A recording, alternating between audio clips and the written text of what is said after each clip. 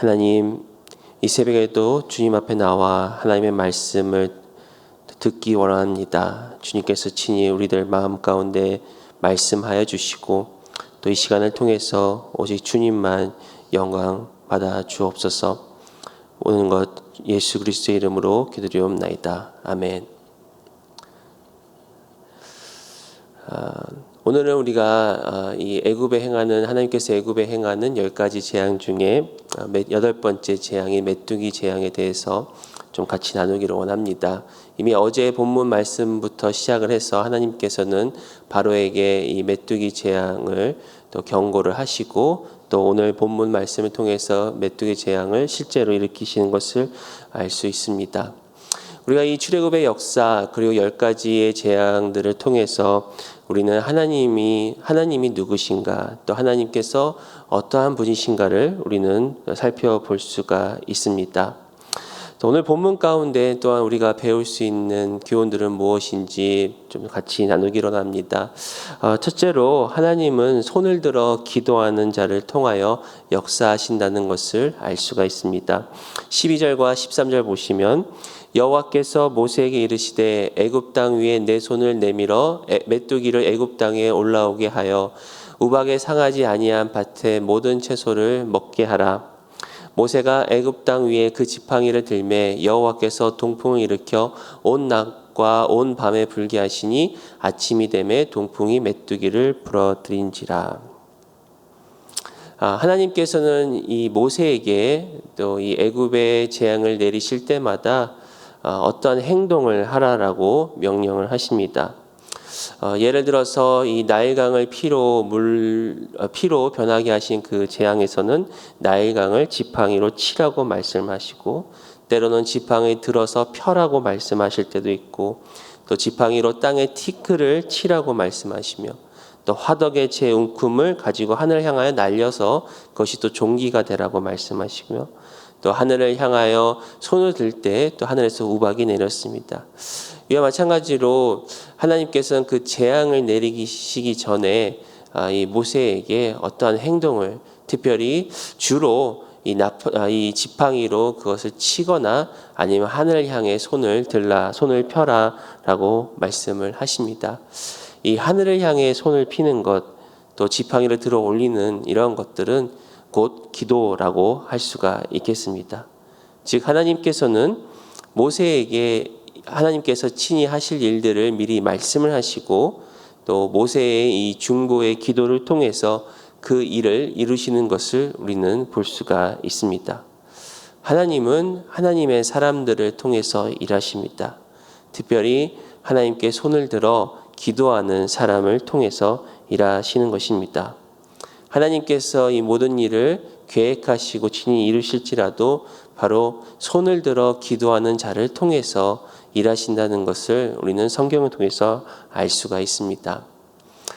에스겔 36장에 보면 하나님께서는 에스겔 선지자를 통해서 이 바벨론의 포로로 끌려간 이스라엘을 다시 고국으로 귀환시키시고 또 저들에게 하나님의 영을 부어서 정결케 하고 또 저들을 회복시키시겠다라고 약속을 하십니다. 하지만 그들이 기도해야 함을 또한 말씀을 하십니다. 에스겔 36장 37절에 보시면 주 여호와께서 이같이 말씀하셨느니라. 그래도 이스라엘 족속이 이같이 자기들에게 이루어 주기를 내게 구하여야 할지라. 내가 그들의 수요를 양떼같이 많아지게 하되. 그래도 하나님께서 이미 다 말씀하시고 또 약속하셨고 또 작정하셨음에도 불구하고 그래도 저들이 하나님께 이같이 이루기를 구할 때, 기도할 때 하나님께서는 그 기도를 통해서 이루신다라고 말씀을 하십니다. 즉 하나님께서는 우리에게 말씀의 약속을 주시고 또 그 약속을 붙잡고 기도하게 하십니다. 제가 이번에 셀교회부에서 비전스쿨로 지금 섬기고 있는데요. 이 많은 강사님들이 또 참 은혜의 강의들을 들려주셨는데 이번 많은 분들이 공통적으로 이야기하는 것 중에 하나가 이번 비전스쿨 강의 중에 가장 많은 은혜를 받은 게 우리 오영래 사모님의 그 하나님의 약속이라는 주제의 강의였다고 합니다. 사모님께서 실제로 하나님의 말씀을 통해서 하나님의 약속을 발견하고 또 그 말씀을 붙잡고 기도할 때 하나님께서 신실하게 이루신 수많은 그런 삶의 간증들을 또 우리 비전스쿨 계시는 분들에게 또 나누어 주셨을 때 참 많은 감동과 은혜가 있었습니다. 또 이 최근에 나왔던 이 사랑의 약속이라는 그 시집의 책을 읽으면서도 정말 하나님의 말씀을 이렇게 붙잡고 기도할 때 하나님의 그런 신실하심을 경험하는 그런 사모님의 삶을 통해서 저 개인적으로도 많은 감동과 은혜가 있었습니다. 사모님께서 먼저는 어떤 삶의 필요나 또 소원이 있을 때 하나님께 먼저 말씀을 주시도록 기도하신다고 합니다. 그리고 말씀을 주실 때까지 계속 기도하며 성경을 읽어 나가신다고 합니다. 때로는 말씀을 읽거나 또 설교를 들을 때 또는 암송한 말씀들을 묵상할 때 마음의 감동으로 주시는 그런 말씀이 들어오면 먼저는 그 말씀을 공부해서 그 말씀 자체가 어떤 상황에 맞는지를 확인하고 그것이 맞으면 그 말씀을 먼저 암송을 하고 그리고 그 말씀을 묵상하면서 하나님께서 그 말씀을 이루실 때까지 계속해서 기도할 때 참 많은 그런 하나님의 은혜를 경험했다라고 또 강의 가운데에서 또 그 시집에서도 동일한 고백을 하십니다. 참 이처럼 우리는 하나님께 기도할 수 있지만 특별히 하나님의 약속 또 하나님의 말씀을 붙들고 하는 기도는 하나님께서 신실하게 응답하심을 우리는 알 수가 있습니다. 그러므로 우리가 하나님께 어떠한 필요나 또 소원이 있을 때 먼저 하나님의 말씀을 우리가 찾고 또 말씀을 붙잡으며 기도하는 것이 지혜임을 우리는 압니다. 또 하나님은 우리의 또 중보의 기도를 통해서 그분의 구원을 이루십니다. 이 모세가 하늘을 향해 지팡이를 든 것은 바로 중보 기도를 통해서 하나님께서 그 일을 친히 이루시도록 한 것입니다. 하나님은 중보 기도자의 기도를 또 찾으시고 또 중보자의 기도를 통해서 일하십니다. 이사야 62장에서는 하나님은 예루살렘의 구원을 이루실 때까지 쉬지 않으시겠다라고 말씀하시면서 이 중보자들 역시도 쉬지 말고 하나님께서 쉬지 못하시도록 기도하라라고 말씀을 하십니다. 이사야 62장 6절에서 7절에 예루살렘이여 내가 너의 성벽 위에 파수꾼을 세우고 그들로 하여금 주야로 계속 잠잠하지 않게 하였느니라. 너희 여호와로 기억하시게 하는 자들아 너희는 쉬지 말며 또 여호와께서 예루살렘을 세워 세상에서 찬송을 받게 하시기까지 그로 쉬지 못하시게 하라. 하나님께서 쉬지 않으신다라고 말씀을 하시면서도 동시에 이 파수꾼들 중보 기도자들에게 그로 하여금 하나님으로 하여금 쉬지 못하시게 하라. 언제까지요? 바로 예루살렘을 세워 세상에서 찬송을 받게 하시기까지. 지금 말로 하면은 하나님께서 예수 그리스도의 복음이 열방에 선포되어져서 열방이 하나님을 찬양하고 예수님을 찬양하는 그날까지 쉬지 못하시게 하라. 바로 이 모세가 지팡이를 들어서 하나님께 기도하여 또 하나님께서 이 애굽을 또 메뚜기 떼로 재앙을 내리시는 것 이 모든 것이 결국은 이 중보 기도고 또 중보 기도의 역사임을 우리는 알 수 있습니다. 하나님은 우리를 중보 기도자로 부르시고 또 우리와 함께 동역하기를 원하십니다. 이 중보 기도는 이 모든 기도 중에 최고봉이라고 할 수가 있겠습니다. 특히 나의 개인적인 기도와 또 내 주위에 있는 다른 사람들의 기도를 넘어서 하나님의 역사에 동참하는 중보 기도는 하나님께서 영광을 받으십니다. 이 팬데믹이 오랫동안 지속되다 보니까 또 우리 교회 성도님들 또 주위에 여러 가지로 어려움을 당한 분들이 참 많이 계십니다. 그러다 보니까 요즘에는 이 다른 분들을 위해서 기도하는 기도의 시간과 양이 좀 많이 는 것 같습니다. 새벽마다 기도할 때 주로 우리 주위에 있는 사람들, 또 우리 교회의 환우들, 또 경제적으로 어려운 분들, 또 제가 섬기는 이 공동체 목자나 또 사역부 우리 팀장님들, 또 저에게 개인 기도 부탁하신 분들 등등 참 수많은 사람들을 위해서 한참 기도를 합니다. 그리고 또 우리 가정을 위해서 또 제 스스로의 어떤 기도의 제목들을 위해서 기도를 해왔습니다. 그리고 기껏해야 중보를 한다 그러면 어떤 미국과 또 제가 살고 있는 미국과 또 이 조국 대한민국을 위해서 기도를 했었는데 어느 순간부터는 여기까지가 저의 기도의 영역이었음을 좀 다시 한번 최근에 깨닫게 되었습니다. 어느 중보 기도에 관한 책을 또 접하게 되고 또 그것을 읽다 보니까 하나님께서는 정말 이 열방에 지금 하나님의 구원의 역사를 이루시고 계시는데 어느 순간부터 특히 이 팬데믹이 오면서 참 기도할 게 많이 늘다 보니까 또 주위에 있는 많은 분들이 기도가 필요하다 보니까 어느 순간부터 거기까지가 저의 기도의 영역이 아니었나라고 제 자신을 좀 돌아보게 되면서 지난주부터 조금 더 기도의 시간을 조금 더 늘려서 또 마침 저희가 지금 이 무슬림을 위한 30일 기도 운동을 하고 있고 또 계속해서 지금 일어나고 있는 어떤 미얀마 사태나 또 최근에 이 코로나 바이러스가 급등하여서 참 많은 어려움을 겪고 있는 인도나 또 다른 나라들을 위해서 기도할 수 있는 그런 마음을 또 하나님께서 주셨습니다. 그리고 계속해서 기도하다 보면 또 하나님께서 마음 가운데 주시는 어떤 나라들 또 그 열방을 통해서 하나님이 역사하시는 것들 즉 하나님은 이처럼 우리가 기도를 하되 손을 들어서 하나님께 하나님의 역사를 이루시도록 중보하는 중보자의 기도를 하나님께서 받으신다는 것을 다시 한번 기억하기를 원합니다. 특별히 이 손을 든다는 것은 참 여러 가지 의미를 생각할 수가 있겠습니다. 먼저는 우리가 손을 든다는 것은 바로 항복하다는 그런 의미를 갖고 있습니다. 즉 우리는 하나님께 항복하며 또 손을 들고 하나님을 예배하고 하나님께 또 기도를 합니다. 또 우리가 손을 든다는 것은 어떤 환영한다라는 그런 의미도 있을 것 같습니다. 손을 들어서 환영하는 것, 즉 손을 들어서 하나님을 환영하고 또 하나님의 역사를 환영하는 그런 모습이 또 될 수가 있겠습니다. 또 손을 든다는 것은 손을 내민다는 것은 또 드린다는 그런 의미도 있습니다. 즉 이 모세가 하나님께 손을 들어서 기도할 때 바로 이 애굽을 하나님께 드리면서 또 이스라엘 백성의 미래를 하나님께 드리면서 기도하는 그런 기도의 모습입니다. 근데 제가 이렇게 아이들을 키우면서 또 이 손을 든다는 의미를 하나 더 발견을 하게 되었는데요. 바로 제가 이렇게 집에 교회를 마치고 집에 돌아오면 우리 아이 중에 가장 막내가 항상 저에게 달려와서 손을 이렇게 듭니다. 그 아이가 손을 들 때는 뭐 저에게 항복을 한다거나 아니면 뭐 저를 환영한다라는 뜻보다 손을 드는 이유 중에 하나는 바로 저에게 안아달라고 그렇게 손을 듭니다. 손을 들면 제가 이렇게 끌어안고 또 인사를 하죠. 그것처럼 때로는 이게 손을 드는 거는 또 안아달라는 그런 또 의미를 갖고 있지 않은가. 바로 우리 아버지 되시는 또 우리 아빠 되시는 하나님께 우리가 손을 들고 기도할 때 하나님 저 좀 안아주세요.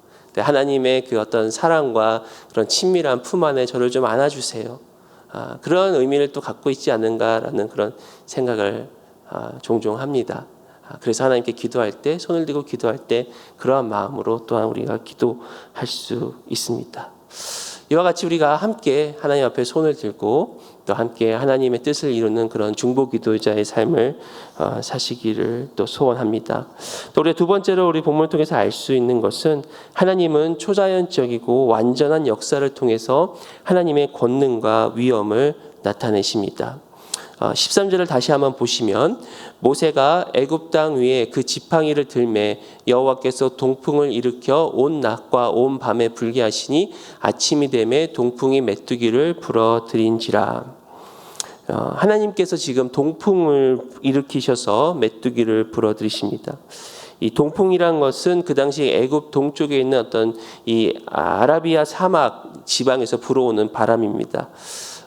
그런데 그 당시에도 사실은 이 메뚜기 떼가 종종 나타나곤 했는데 주로 이 일반적으로 임했던 이 메뚜기 떼들은 이 남쪽 아프리카 지역에서 타고 올라오는 그런 메뚜기였다고 합니다. 하지만 하나님께서는 전혀 다른 방향에서 바람을 불게 하시되 또 이 13절 말씀처럼 온 낮과 온 밤, 즉 하루 종일 그 바람을 불게 하셔서 평소에는 볼 수 없는 그런 기이한 그런 하나님의 초자연적인 그런 개입을 우리는 여기서 봅니다. 또한 이 14절에 보시면 메뚜기가 애굽 온 땅에 이르러 그 사방에 내림에 그 피해가 심하니 이런 메뚜기는 전에도 없었고 후에도 없을 것이라. 지금 이 성경은 이 메뚜기가 애굽 온 땅을 덮었다라고 기록하고 있습니다.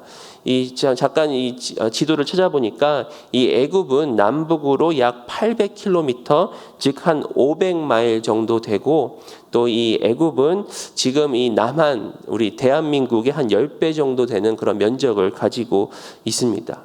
근데 그 온 땅을 이 메뚜기가 정말 이 어마무시하게 이 많은 이 메뚜기가 날아와서 이 온 땅을 덮고 있는 것입니다. 그래서 이 14절에는 이 전에도 없었고 후에도 없을 것이다. 근데 이 메뚜기들이 지금 이 온 땅을 덮어서 이 우박에 상하지 아니한 모든 것들을 다 먹어 치웁니다. 15절 보시면 메뚜기가 온 땅을 덮어 땅이 어둡게 되었으며 메뚜기가 우방에 상하지 아니한 밭의 채소와 나무 열매를 다 먹었으므로 애굽 온 땅에 나무나 밭의 채소나 푸른 것은 남지 아니하였더라. 이 말 그대로 이 앞에 이 5절에도 하나님께서 말씀하셨듯이 사람이 땅을 볼 수 없을 정도로 새카맣게 땅을 덮었고, 또 모든 밭의 채소와 나무 열매들, 그리고 이 푸른 것들이라는 것은 어떻게 보면 그 당시에 이제 막 자라고 있었던 어떤 밀과 쌀보리, 이 모든 것을 다 먹어치우는 그런 지금 재앙이 임하고 있는 것입니다. 하나님이 이처럼 이 작은 메뚜기를 때로 일으키셔서 단번에 애굽을 온 땅을 덮어버리시고 모든 식물을 다 없애버리십니다. 지금 이 상황이 얼마나 긴박했으면 이 바로가 이 모세와 아론을 급히 부릅니다. 분명히 이 모세가 바로에게 이 메뚜기 재앙에 대해서 경고하였을 때 그 앞에 11절에는 저들을 쫓아냈지만 이 모든 것을 겪고 난 다음에 다시 저들을 급히 부르면서 심지어 이 17절에 보시면은 이 죽음만큼은 내게서 떠나게 하라. 그러니까 지금 이 메뚜기 때의 재앙이 곧 죽음이라는 것을 바로도 깨닫게 되었다는 것입니다. 일반적으로 이 바로는 이게 분별력이 참 부족한 사람입니다. 하지만 이 메뚜기의 재앙은 누가 봐도 바로가 봐도 이거는 곧 죽음이구나 라고 생각할 처럼 하나님께서 엄청난 그런 재앙을 지금 일으키고 계십니다. 그런데 모세가 다시 하나님께 기도할 때 강렬한 서풍을 불게 하셔서 이번에는 모든 메뚜기를 다 홍해에 몰아 넣으십니다. 18절 보시면 그가 바로에게서 나가서 여호와께 구하매 19절 여호와께서 돌이켜 강렬한 서풍을 불게 하사 메뚜기를 홍해에 몰아 넣으시니 애굽 온 땅에 메뚜기가 하나도 남지 아니하리라. 이 동풍을 불어서 이 메뚜기 떼를 몰아가지고 온 땅을 덮으셨던 하나님께서 이번에는 강렬한 서풍을 불게 하셔서 이 하나도 남지 않고 이 모든 메뚜기를 다 홍해에 몰아 넣으신 그런 하나님. 이러한 하나님의 권능, 또 하나님의 위대하심, 하나님의 위엄을 우리는 여기서 다시 한번 발견하게 됩니다. 어떻게 보면 이번에 이 팬데믹 사태를 우리가 경험을 하면서 정말 눈에 보이지도 않는 이 작은 바이러스가 어떻게 세상을 뒤덮고 또 어떻게 이 세상의 수많은 사람들을 질병으로 또 고생하게 하며 또 세계의 모든 나라들이 미국도 할 것 없이 그렇게 강하다는 미국도 할 것 없이 다 락다운이 돼가지고 정말 1년 이상을 이렇게 우리가 살고 있는 이런 모습을 우리가 보고 있지 않습니까? 이와 같이 하나님의 이 초자연적인 역사, 이 작은 메뚜기를 통해서 하나님께서 이 애굽을 심판하시고 또 이 작은 바이러스, 어떤 이 코로나 바이러스 자체가 하나님의 전적인 심판이라고 우리가 말할 수는 없지만 또 어느 정도 또 하나님께서 허용하신 그 하나님의 주권을 우리가 믿기 때문에 결국은 이 서풍을 불게 하셔서 이 메뚜기를 하나도 남김없이 다 홍해에 몰아넣으신 하나님께서 지금 우리가 겪고 있는 코로나 또한 우리가 함께 이 모세가 손을 들어 기도했듯이 우리가 함께 기도할 때 또 하나님께서 이 코로나 팬데믹을 또 거쳐가게 하시고 또 이것을 통해서 또한 하나님의 영광이 나타나실 줄 믿습니다. 이와 같이 우리가 하나님의 역사는 또 초자연적인 역사, 또 완전한 그런 하나님의 심판은 또 이로 하여금 우리가 하나님을 경외하게 하고 또 하나님께 영광을 돌리게 하고 또 우리가 전적으로 하나님만을 신뢰할 수 있는 것입니다. 또 우리가 마지막으로 배울 수 있는 교훈은 바로 이 진정한 회개란 하나님을 나의 하나님으로 모시고 지속적으로 순종하는 것입니다. 이번에 바로가 이 메뚜기 재앙을 통해서 이 모든 것이 다 지금 먹을 것들이 다 날아가게 생겼으니까 급히 이 모세와 바로를 부르고 또 이 심지어는 하나님께 자신이 범죄하였다라고 그가 고백을 하고 있습니다. 16절과 17절 보시면 바로가 모세와 아론을 급히 불러 이르되 내가 너희의 하나님 여호와와 너희에게 죄를 지었으니 바라건대 이번만 나의 죄를 용서하고 너희의 하나님 여호와께 구하여 이 죽음만은 내게서 떠나게 하라. 겉으로 볼 때는 이 바로가 좀 많이 뉘치고 또 그가 죄를 지었다고까지 고백하는 것처럼 어떤 회개하는 그런 모습을 보이지만 또 그의 고백을 우리가 자세히 살펴보면 이것은 온전한 회개가 아님을 우리가 알 수가 있습니다. 우리가 먼저 우리가 하나님 앞에 온전한 회개를 드리기 위해서 우리가 먼저 해야 될 것은 바로 하나님을 나의 하나님, 우리가 특별히 예수 그리스도를 영접함을 통해서 하나님과의 관계를 먼저 세우는 게 중요하다는 것을 우리가 알 수 있습니다. 그러나 바로는 계속해서 모세와 아론에게 너희의 하나님이라고 이야기를 합니다. 너희의 하나님께, 너희의 하나님 여호와께 나를 위해서 대신 내 죄를 용서해달라라고 그렇게 고백을 합니다. 그러나 우리가 너의 하나님이 아니라 바로 우리의 하나님, 나의 하나님이 될 때 우리는 하나님께 온전하게 회개를 할 수 있습니다. 또한 이 바로는 17절에 보니까 이번만 나의 죄를 용서하라고 그렇게 부탁을 합니다. 우리가 회개라는 것은 물론 우리가 예수 그리스도를 믿을 때 우리가 회개를 통하여 또 영접을 통하여 또 우리 하나님의 자녀가 되지만 회개라는 것은 어떤 한 번만 하고 끝나는 것이 아니라 우리가 지속적으로 하나님께 회개하고 하나님께 돌이켜야 합니다. 왜냐하면 우리는 아직 육신의 몸을 입은 인간이기 때문에 날마다 하나님의 은혜가 아니면 또 하나님이 함께 하시지 아니하면 우리는 날마다 넘어지고 실수합니다. 그렇기 때문에 우리는 계속해서 회개하며 돌이켜야 되는 또 그러한 삶을 살아야 하는 것이죠. 그런데 바로는 이번만 나의 죄를 용서해달라라고 그렇게 이야기를 하고 있습니다.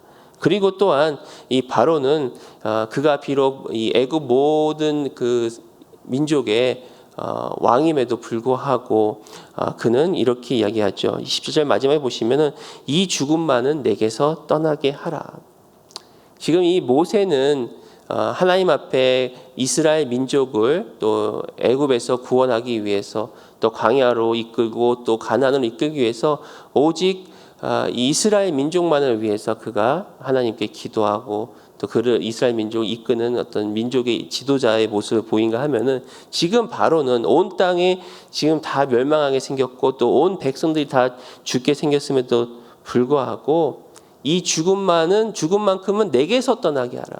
그러니까 내 백성을 살려달라가 아니라 내게서만 떠나게 해달라라고 그렇게 어떻게 보면 이기적인 회개와 이기적인 그런 기도를 드리는 그런 바로의 모습을 우리는 봅니다.